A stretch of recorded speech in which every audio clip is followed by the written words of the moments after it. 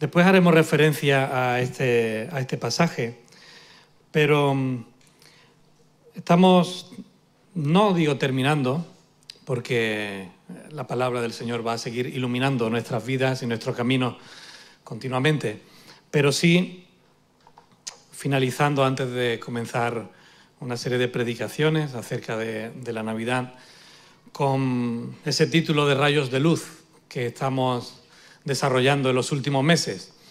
Y como podéis ver en la presentación, el título, he puesto 3 en 1, engrasando la maquinaria.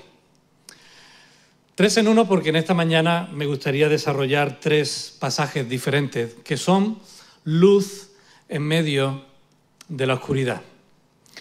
Tiene que ver especialmente con el Antiguo Testamento. Sabéis que en los 2 libros de Reyes y en los 2 libros de Crónicas se narran pues los diferentes reyes que estuvieron reinando, tanto en el reino del norte, en Israel, como en el reino del sur, en Judá.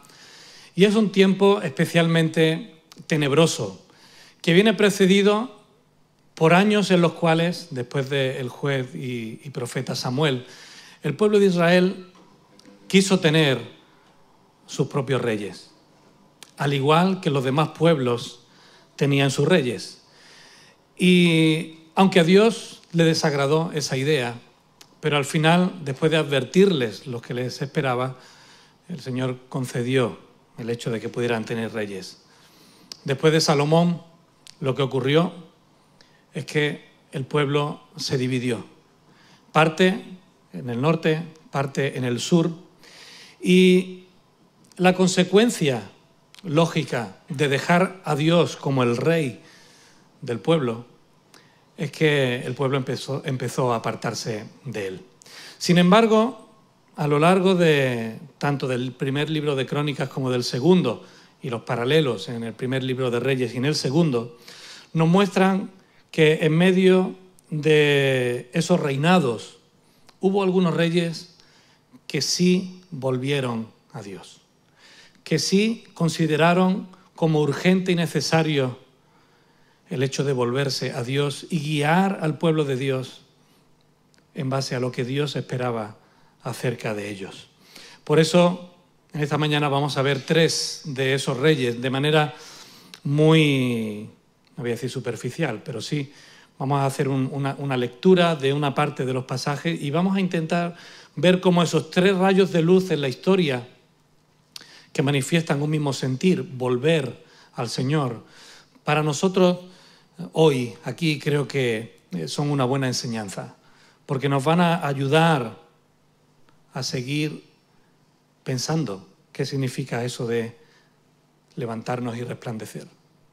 Ese lema que comenzamos a principios de 2018 y estamos ya a las puertas de dejar.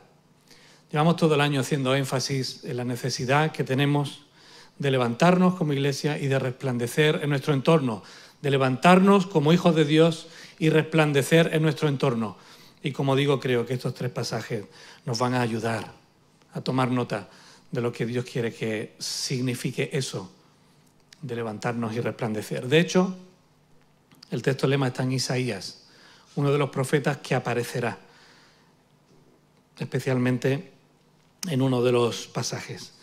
Como siempre, vamos a orar y vamos a pedirle al Señor que Él nos ayude a indagar, a meditar en esto de una manera tranquila, pero que podamos sacar también una enseñanza clara para aplicar a nuestras vidas. Oremos.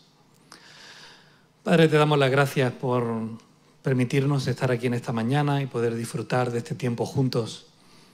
Y ahora que queremos estar tranquilos, meditando tu palabra también, Señor, ayúdanos a poner nuestros sentidos en ello y a dejar que tu Espíritu Santo pues, nos hable a través de tu palabra, Señor.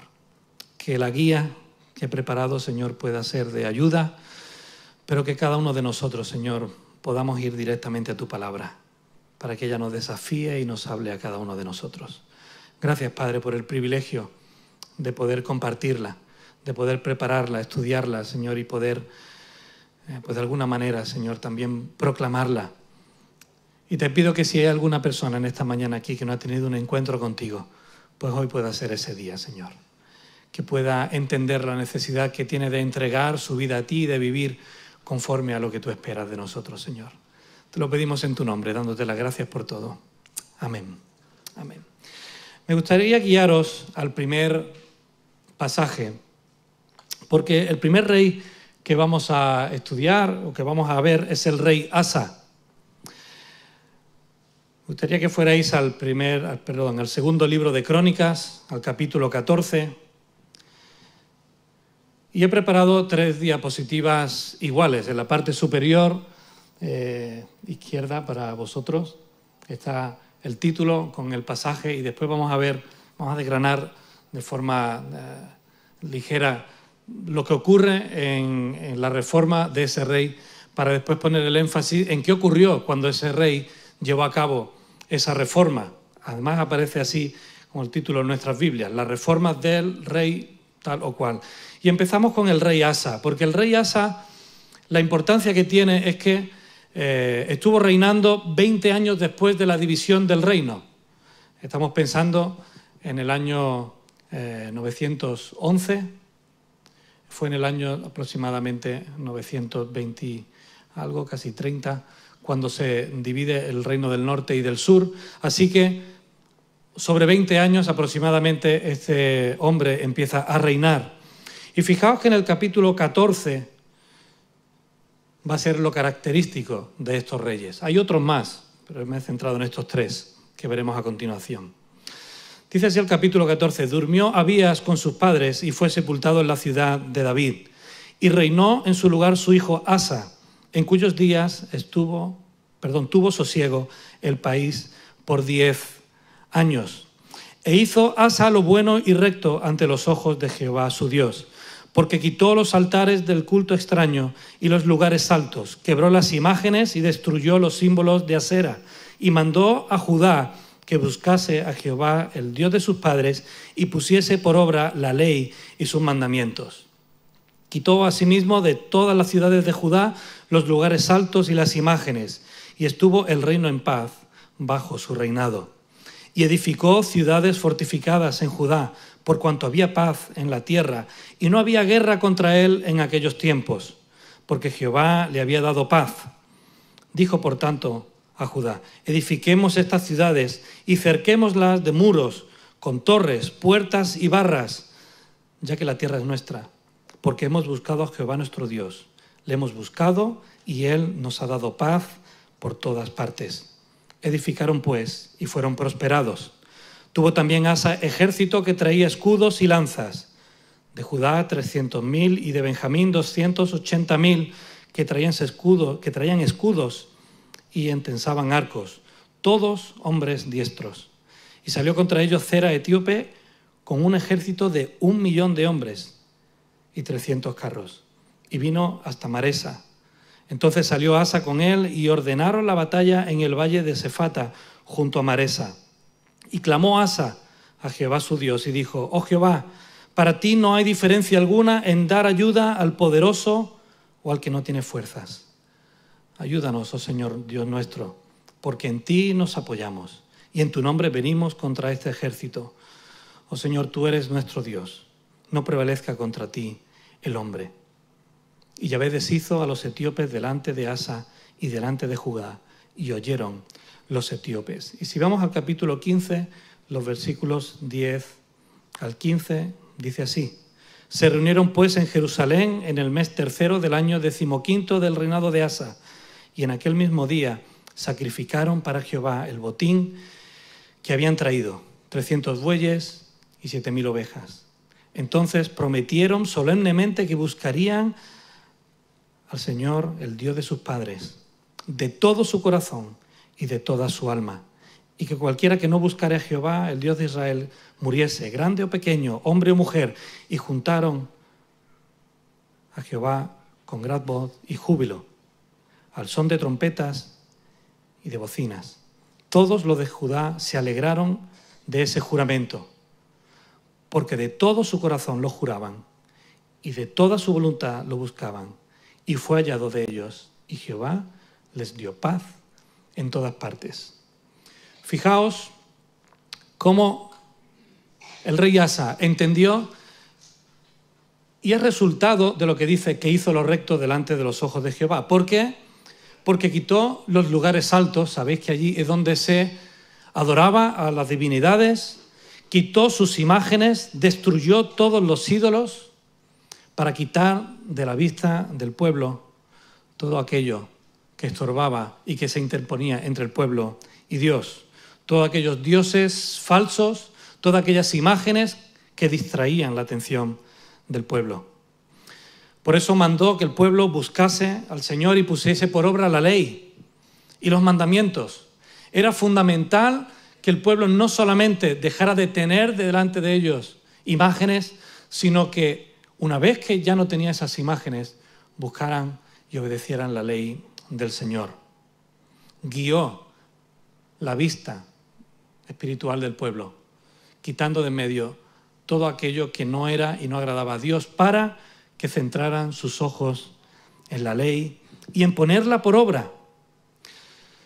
El Señor les dio paz, que es la palabra grande que aparece ahí y que además es una palabra que aparece continuamente en el texto. El Señor les dio paz. Y como el Señor les dio paz, entonces pudieron edificar fortalezas, muros para defender las ciudades.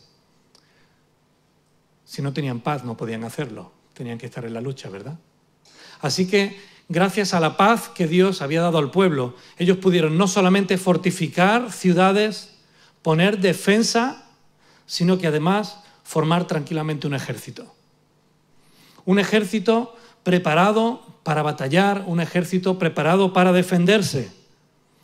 Pero cuidado, porque lo que vemos en la oración del capítulo 15 es que se había formado un ejército, pero el rey del ejército volvió a ser Dios. No confiaron en sus propias destrezas, no confiaron en su propia fuerza, que comparada con la de los etíopes, fijaos qué pequeña era. 300.000 contra 1.000.000. Se nos va de la mente la cantidad de personas, ¿verdad? Hoy con un dron inteligente ya se puede hacer una guerra. 1.000.000 de hombres preparados, 300 carros para la batalla. Y es ahí cuando Asa demuestra las convicciones que tenía. No hizo una estrategia para salir al ataque, sino que su estrategia fue ponerse en manos del Señor. Señor, aquí estamos. Tú no tienes problema en dar fuerza al poderoso, pero tampoco al que está inferior en la batalla. Por eso, en tu nombre venimos contra este ejército. En tu nombre venimos contra este ejército. Cuando eso hubo acabado, cuando el pueblo experimentó la salvación de Dios, hizo un pacto con Dios. Hizo un pacto para que todos pudieran y debieran voluntariamente ponerse delante de Dios y decir: queremos que tú seas nuestro rey, pero queremos que tú seas quien guíe nuestra nación y nuestra vida. El Señor nos dice el capítulo 15 y versículos 15 que dio paz por todas partes. Sabéis que era un momento de fragilidad y fijaos que está hablando del pueblo etíope, que está en África, que está lejos. Venían en camino sin ellos pensarlo. No creáis que de golpe y porrazo aparecieron allí como si estuviéramos en un juego de mesa, ¿verdad? Ya estaban en camino, pero ellos supieron poner las prioridades y la mente, los ojos, su fuerza, su esperanza en quien realmente podía dar una solución a ellos. Así que el rey Asa guió al pueblo a buscar a Dios, a quitar los ídolos que el pueblo tenía, a edificar ciudades, a formar un ejército, pero a hacer un pacto con Dios, de permanecer y de cumplir y de obedecer todo aquello que Dios les había dado. En segundo lugar, me gustaría que fuéramos al libro de Reyes, al segundo libro de Reyes. Aunque retrocedemos en páginas, avanzamos en la historia, porque el rey Ezequías reinó en el año 729 a.C., un poco antes de que el reino del norte fuera deportado, fuera vencido por los asirios, y así lo encontraréis también en vuestras Biblias. Capítulo 18, versículo 1 al 8. En el tercer año de Oseas, hijo de Ela, rey de Israel, comenzó a reinar Ezequías, hijo de Acaz, rey de Judá. Cuando comenzó a reinar era de 25 años y reinó en Jerusalén 29 años. El nombre de su madre fue Abi, hija de Zacarías. Hizo lo recto ante los ojos de Jehová conforme a todas las cosas que había hecho David su padre. Él quitó los lugares altos y quebró las imágenes y cortó los símbolos de Asera e hizo pedazos la serpiente de bronce que había hecho Moisés, porque hasta entonces le quemaban incienso los hijos de Israel. Y la llamó Neustán. En Jehová Dios de Israel puso su esperanza. Ni después ni antes de él hubo otro como él entre todos los reyes de Judá, porque siguió a Jehová y no se apartó de él, sino que guardó los mandamientos de Jehová que él prescribió a Moisés. El Señor estaba con él, y donde quiera que salía prosperaba, y se rebeló contra el rey de Asiria y no le sirvió. Hirió también a los filisteos hasta Gaza y sus fronteras, desde las torres de las atalayas hasta la ciudad fortificada. El rey Ezequías, estamos 200 años, casi más tarde. De nuevo el pueblo se había apartado de Dios, de nuevo había reedificado altares para adorar a otros dioses. Y el rey Ezequías volvió a destruirlos. Fijaos, hasta la serpiente de bronce que Moisés había hecho, que si recordáis en el desierto, cuando el pueblo fue atacado por serpientes, Moisés, por mandato de Dios, erigió una serpiente para que todo aquel que mirara a la serpiente fuera sanado.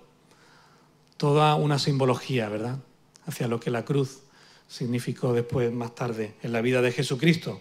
Pero Ezequías igualmente quitó esos lugares altos para quitar de nuevo de la vista del pueblo todo aquello que impedía que mirara a Dios. A diferencia de cómo se narra, pero también coincidiendo con lo que Asa hizo, Ezequías puso en Jehová Dios de Israel su esperanza. No solamente su presente, sino también su futuro. No solamente lo que había ocurrido hasta entonces fue cambiado, sino que fue proyectado hacia adelante. Puso en sintonía lo que el pueblo estaba haciendo con lo que el pueblo tenía que seguir haciendo en el futuro. Se mantuvo fiel al Señor y no se apartó de él. Se rebeló contra el rey de Asiria, el rey que había llevado, o que iba a acabar llevando, mejor dicho, al reino del norte ante sus dominios. Y sabéis que el reino del norte, Israel, como tal, como pueblo, desapareció ya por los restos. El resultado que tuvo es que tuvo éxito en todas sus empresas. Se nos dice en el capítulo 19, en el versículo 19.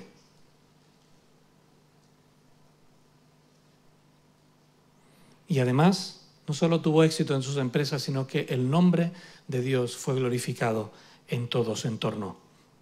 Ahora, pues, oh Señor, Dios nuestro, sálvanos, te ruego, de la mano de nuestros enemigos, para que sepan todos los reinos de la tierra que solo tú, Jehová, eres Dios. Ezequías tenía una visión de la misión de Dios para este mundo, mucho más amplia que otros muchos reyes y otros muchos siervos de Dios. Él sabía que la actuación de Dios tenía que llevar como consecuencia el éxito de que todas las naciones conocieran el poder de Dios, aparte del propio éxito que él tuvo. Quitó los lugares altos, puso su esperanza en Jehová, se rebeló contra el rey de Asiria y como consecuencia Dios le dio éxito en todas sus empresas, pero también fue notoria la gloria de Dios en su entorno.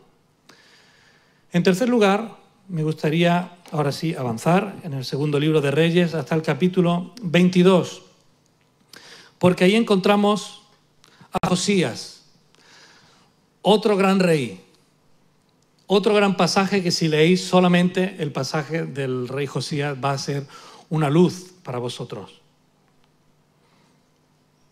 Y vamos a leer de los versículos 1 hasta el 11.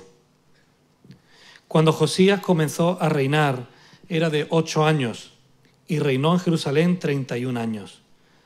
El nombre de su madre fue Jedida, hija de Adaya, de Boscat. E hizo lo recto ante los ojos de Jehová y anduvo en todo el camino de David su padre, sin apartarse ni a derecha ni a izquierda.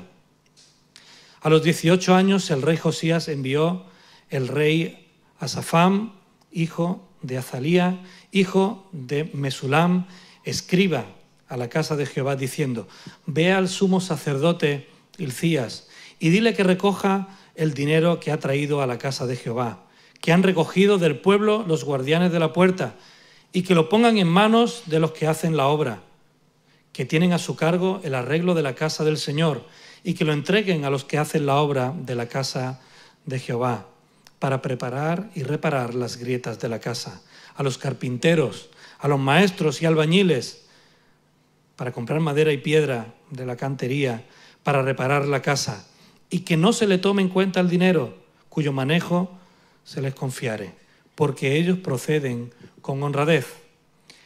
Entonces dijo el sumo sacerdote Hilcías al escriba Safán: he hallado el libro de la ley en la casa de Jehová. E Hilcías dio el libro a Safán y lo leyó. Viniendo luego el escriba Safán al rey, dio cuenta al rey y dijo: tus siervos han recogido el dinero que se halló en el templo y lo han entregado en poder de los que hacen la obra, que tienen a su cargo el arreglo de la casa de Jehová. Asimismo, el escriba Safán declaró al rey diciendo: el sacerdote Hilcías me ha dado un libro. Y lo leyó Safán delante del rey. Y cuando el rey hubo leído las palabras del libro de la ley, rasgó sus vestidos. Los rasgó, nos dice después la Escritura, porque vio cuán apartado había estado el pueblo de la ley. Cómo se habían vuelto a apartar apenas 100 años más tarde, apenas entre comillas, 100 años más tarde el pueblo había vuelto a caer absolutamente en lo mismo. Así que Josías se encuentra el libro de la ley. El versículo 19 del capítulo 22 nos dice que había enternecido su corazón y que se humilló delante del Señor. El capítulo 23, los versículos 1 al 3 nos dice que guió al pueblo a hacer un pacto de fidelidad a Dios de nuevo. Pero eso no lo había hecho ya Asa. Sí, pero es que resulta que ya han pasado 300 años de aquello. Echar 300 años atrás y verá dónde nos encontramos. Siglo XVIII. Desde entonces ha llovido, ¿verdad? Pues el pueblo necesitó volver a ese reencuentro con Dios. Si leéis el segundo libro de Reyes, en el capítulo 23 entero, vais a ver cómo Josías tuvo que limpiar la idolatría del pueblo.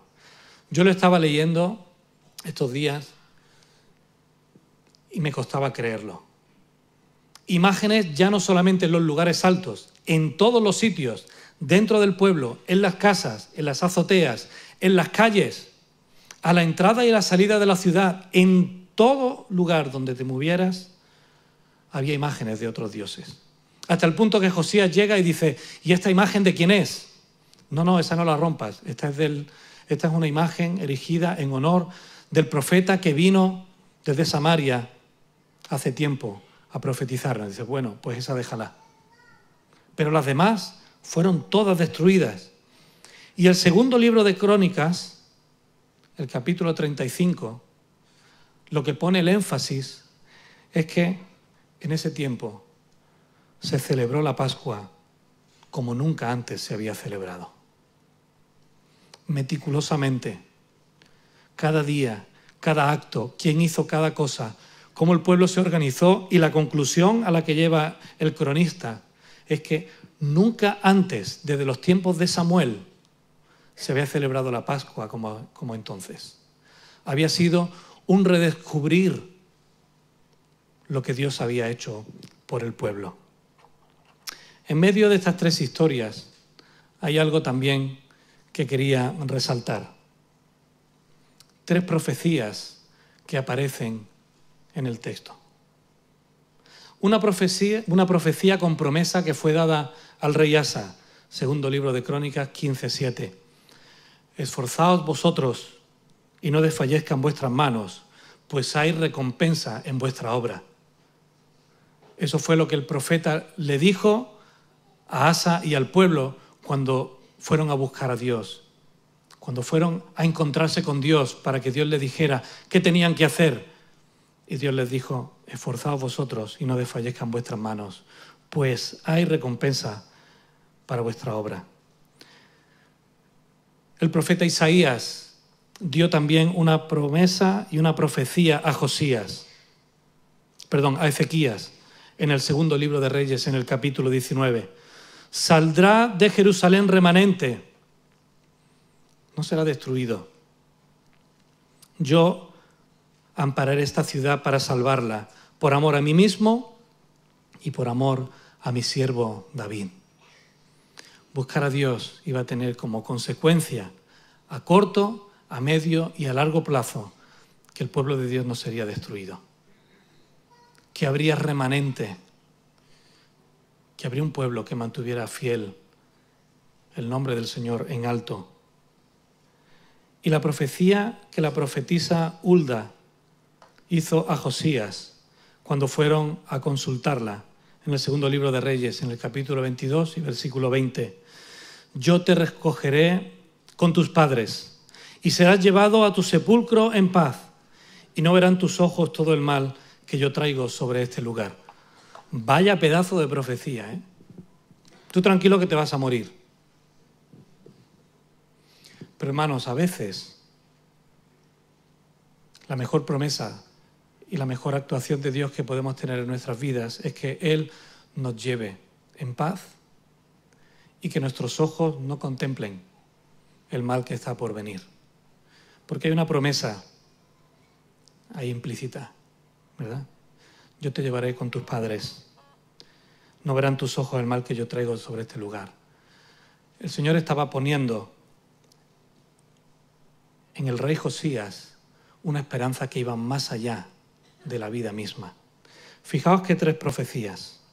Una para el presente: esforzaos, no desfallezcan vuestras manos, pues hay recompensa en vuestra obra.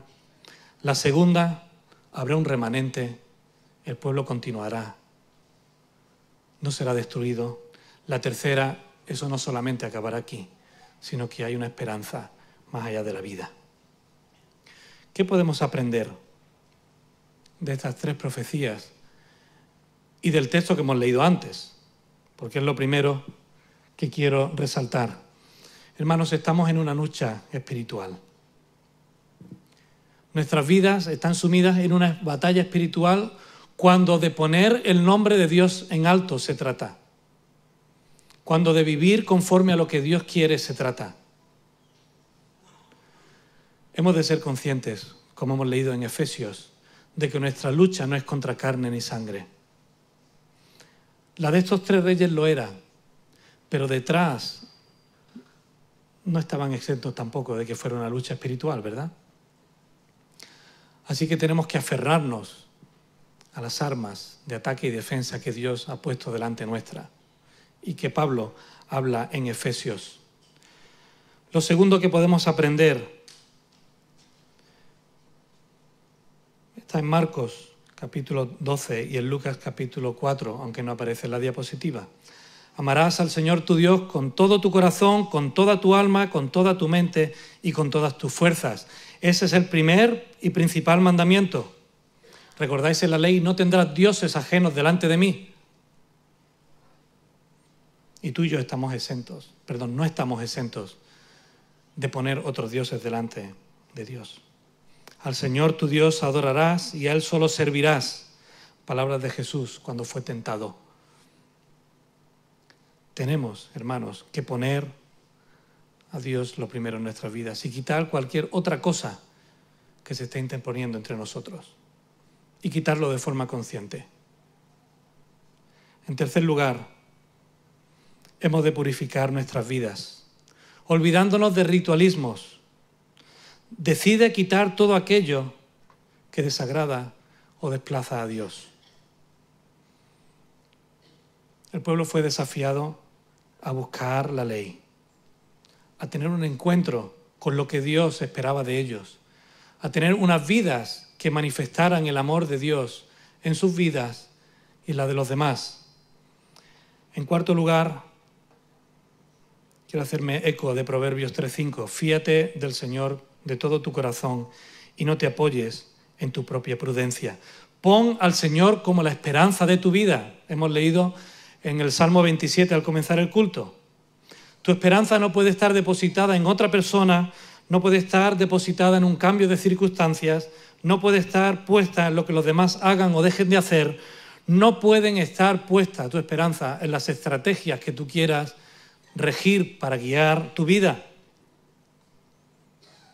Tu futuro, más te vale ponerlo en las manos del Señor. Porque dice que engañoso es el corazón más que todas las cosas y que solamente el Señor, como decía el salmista, me hará poner sobre una roca firme y seguro.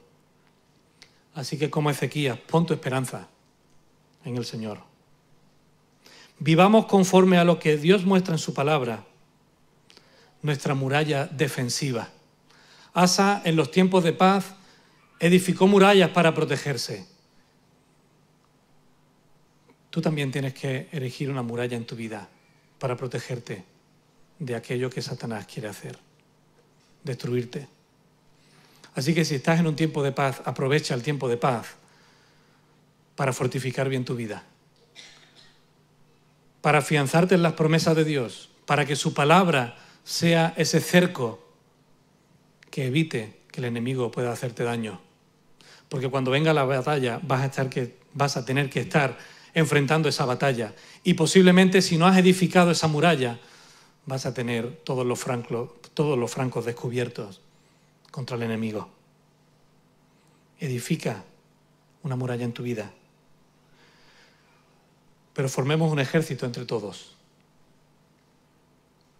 Un ejército unido, donde vayamos todos a una, pero poniendo a Dios como el rey de nuestro ejército, nuestro capitán.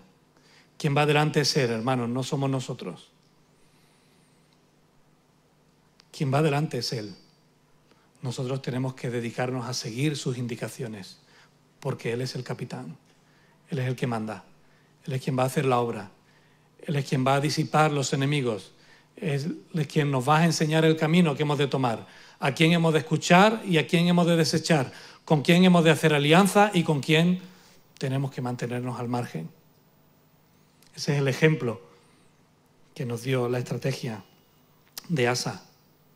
Afianzarte en el Señor, ponerlo a Él como el capitán y seguirle. En 2 de Crónicas 15:2, el Señor estará con vosotros si vosotros estuvierais con Él. Y si le buscareis, será hallado de vosotros. Mas si le dejareis, Él también os dejará. Continuamente en la palabra de Dios, las promesas son condicionales. Depende de lo que tú hagas con el Señor va a responder contigo. No esperes que Dios te salve viviendo una vida totalmente apartada de Él. Haz un pacto de fidelidad con Dios. Dile al Señor, yo quiero vivir conforme a lo que tú estipulas. Quiero hacer un pacto de fidelidad contigo. Quiero que tú me ayudes, me guíes, me des las fuerzas y las herramientas para saber vivir mi vida conforme a tus propósitos, pero yo quiero hacer un pacto contigo. Y hermanos, ese pacto que el pueblo hizo terminó en el caso de Josías, en que celebraron la salvación de Dios como nunca antes lo habían hecho. El pueblo celebró la Pascua, que recordáis, fue un recordatorio de la salvación de Dios de los egipcios, de cómo Dios con su mano poderosa sacó al pueblo de Egipto, le guió durante el desierto para testimonio de las naciones. Y la Pascua es un anticipo, fue un prototipo de lo que vamos a celebrar justamente ahora. cómo Jesús tomó el lugar del Cordero para ser sacrificado en nuestro lugar, para que por su sangre el ángel pasara de largo, para poder tener salvación. Y hermanos, cuando celebramos la Santa Cena, que Jesús celebró con sus discípulos la noche de la Pascua, recordad las palabras finales que después leeremos en 1 Corintios. Porque eso será testimonio hasta que Él venga. La muerte, la resurrección del Señor anunciamos hasta que Él venga.